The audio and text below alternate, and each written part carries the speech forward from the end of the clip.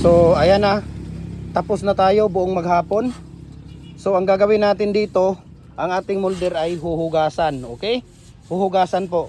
So ito po yung ginawa nila ngayong umaga, yung araw na to. Okay, 6 na bag po ito, 6 na bag na simento. Okay, ang nagawa nila. Pero ready na, kailangan ready yung mating art ninyo.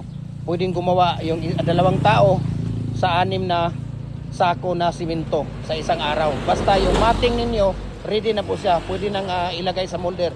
Okay, so ito po yung ginawa nila. Okay, so ngayon maghapon na tayo, di ba?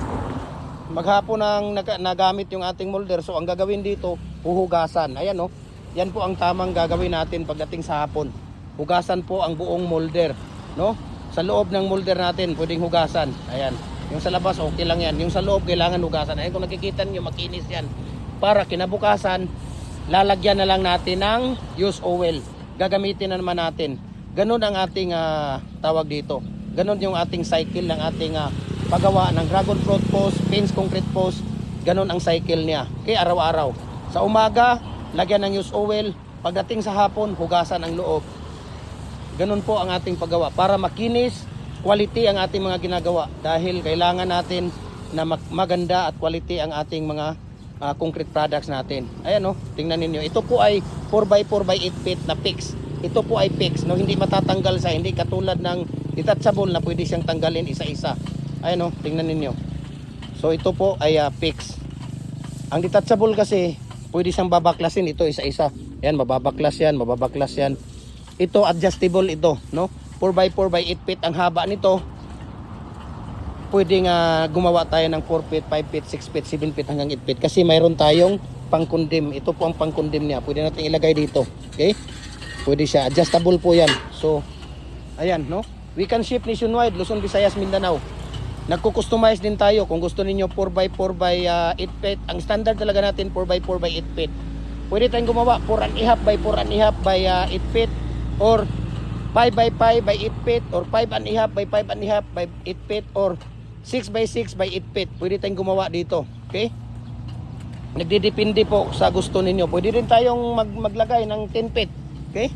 Pwede rin tayong maglalagay ng 10 feet ang haba niya. Okay? So magdadagdag lang tayo doon sa presyo. Okay? So ating culvert naman, ayan yung ating RCPC pipe culvert natin. Pwede tayong magko-customize depende sa mga sizes ninyo. By standard sizes natin 6 inches hanggang 85 inches po, no? Ayan, so walang problema yan, no? Kung kayo mag-o-order ng ating mga mga molders, we can ship nationwide. Yung ating mga lower, hollow blocks, brakes, kahit isa-isa pwede na tayong magbenta. Pwede na tayong magpapadala sa inyo, Luzon, Visayas, Mindanao through Giante. Okay? So depende yan, kung depende sa layo ninyo nang babayaran ninyo sa GNT. Okay?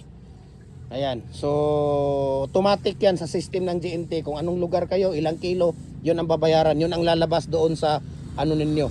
Tapos magdadagdag na lang kami ng 250 or 300 to 300 pesos kung saan GNT dadalhin siya para sa rider natin na maghahati doon sa GNT. Okay? So ano pang gagawin ninyo? Follow na po kayo sa ating Facebook page, no? Sa hindi pa nakapag-follow, para may idea kayo. Kasi lahat ng mga video namin, lahat ng mga pinapakita namin, ito po ay patungkol sa ating concrete products. Okay? Ratio, mixing, lahat. So ito po ang Facebook page natin. Jim Hardware ang Kukulambera Concrete Products, Balulang Brands. Jim Hardware ang Kukulambera Concrete Products, Anituan Brands. Triple A and F Kukulamber, ang ating personal Facebook account. Felix Tan Pagikan Jr.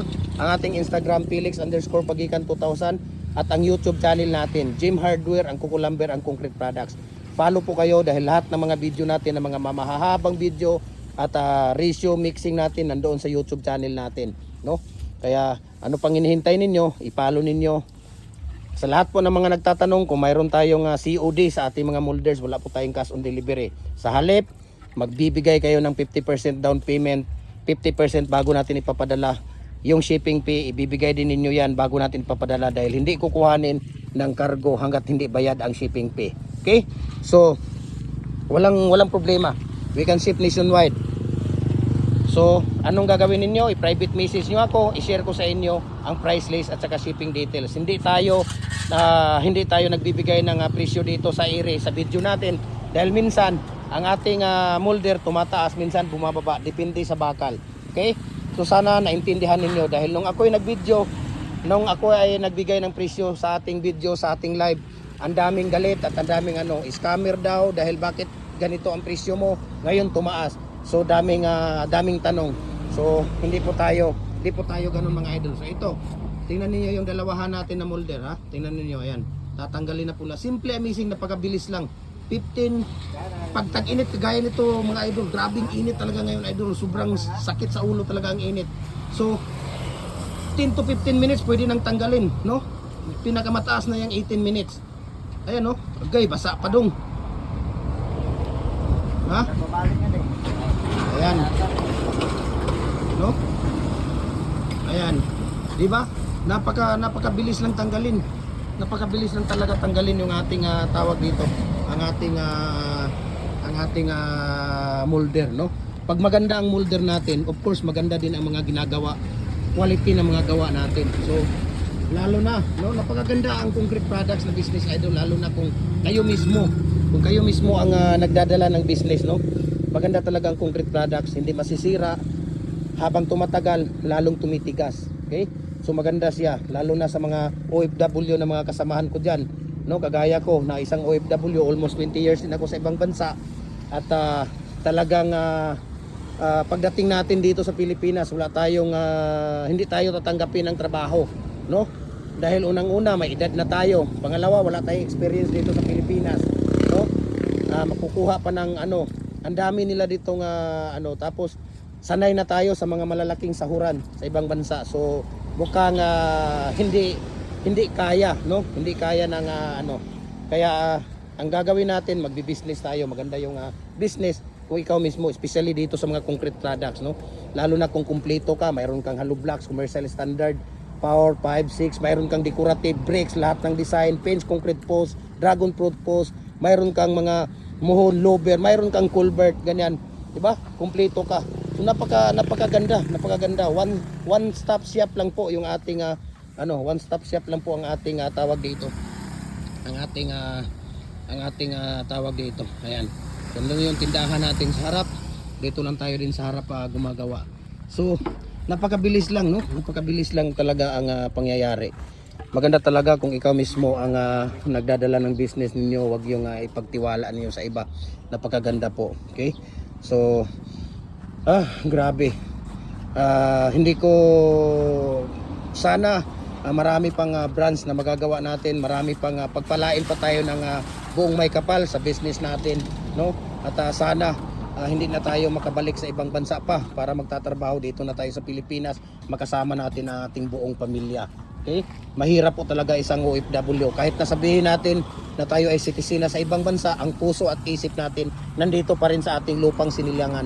Nandito pa rin sa Pilipinas. Dahil nandito lahat ang ating pamilya, lahat ng ating kamag-anak. So hindi natin ipagkait, hindi natin pwedeng baliwalain yung nasa isip natin. Kailangan masunod. Ito ang kultura natin dito sa Pilipinas. Dapat bumalik tayo dito sa ating bansang Sinilangan. Ayan, napakamahal po natin yung ating bansang Sinilangan. At tayo nagsiservisyo doon sa ibang bansa.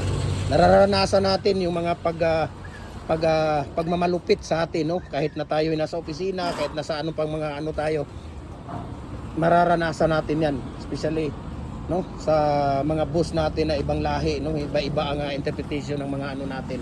Kaya napakaganda kung ikaw ay mayroong sariling negosyo dito sa atin, no? Kaya payo ko, maganda talaga na lahat ng kahit sintabo, no? Kailangan na pag-ipunin, kailangan na bigyan ng halaga. Sintabo, lahat ng kinikita sa ibang bansa, kailangan natin ng tawag dito, itabi, no? Isang tabi. Kasi walang ibang tutulong sa inyo pagdating dito sa Pilipinas. Pag wala kang pera, umuwi ka dito, tae ka sa ibang tao, no? Pero pag may pera ka, gold ka sa paningin nila. Yun talaga ang kahit na kamag-anak natin, 'di ba? Hindi natin yan. Hindi natin tawag dito, hindi natin tawag dito ipagpaliban yung mga ganyan na mga estilo, kultura. ano na natin yan talaga. Virtue, Filipino virtue na natin yan, no? Pagka marami kang pira, gold ka sa paningin ng kamag-anak mo sa ibang tao. Pero pag wala kang pira, tae ka sa paningin. Kaya mahirap ang isang OFW na walang trabaho pag uwi dito at walang pira. Kaya mag-ipon, mag-business dito. Unang-una, bumili ng lupa, bumili ng kung ano-ano para pagdating dito, makapagsimula na kaagad sa negosyo. Ayan. So, tips para sa mga OFW dyan, nagagaya ko. Maraming salamat sa inyong lahat. At God bless po sa ating lahat. Ayan. So, okay na. So, punta tayo doon sa mga molder natin. May mga molder tayo doon na tawag dito. Mga decorative at saka hollow blocks molder. Okay, papakita ko sa inyo dito. Ayan. Punta tayo dito. Ayan o. Dami natin ditong mga molder na mga available ngayon dito. Ayan yung ayan oh. Tingnan niyo, mayroon tayo ditong molder na ganyan oh, kung makikita ninyo yan. Ayan, so ang daming molder natin diyan. Okay? Dito, daming molder natin dito hanggang doon sa kabila. Okay? Maraming salamat po sa inyong lahat. God bless po sa ating lahat. Okay? Mabuhay po tayo.